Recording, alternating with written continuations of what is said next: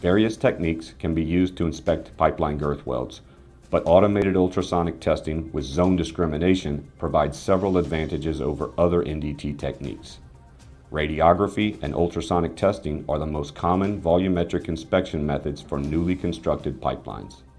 The ultrasonic method is preferred over RT, eliminating the radiation hazard for those working in the inspection area.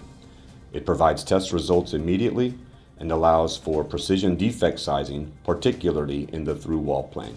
When compared with radiography, other advantages of phased array ultrasonic testing include high probability of detection, especially for cracks and lack of fusion, better flaw detection and sizing accuracy, short inspection cycle time and high production rates, use of engineering critical assessment acceptance criteria for depth and height sizing, elimination of radiation hazards and licensing, no chemical or waste materials, immediate analysis for real-time production control and reduced reject rates, and setup and inspection reports in electronic format. The PipeWIZARD provides code-compliant inspections for ASTM E-1961 and API 1104. The system also provides compliance for the offshore AUT standard DNV OSF 101. In manual welding, the weld bevel is angled at approximately 30 degrees.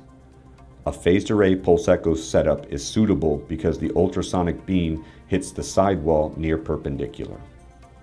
In automated welding typical of most pipeline construction projects, the weld bevel is angled higher at approximately 5 degrees, making pulse echo inspections impossible.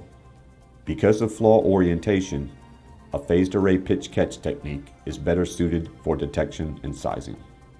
The PipeWIZARD software, instrumentation, and scanner are specifically configured for the zone discrimination pitch catch inspection technique. When using this method, a specific ultrasonic beam is created for each section of the weld. In a single line scan, the weld is divided into multiple zones and each one is individually inspected.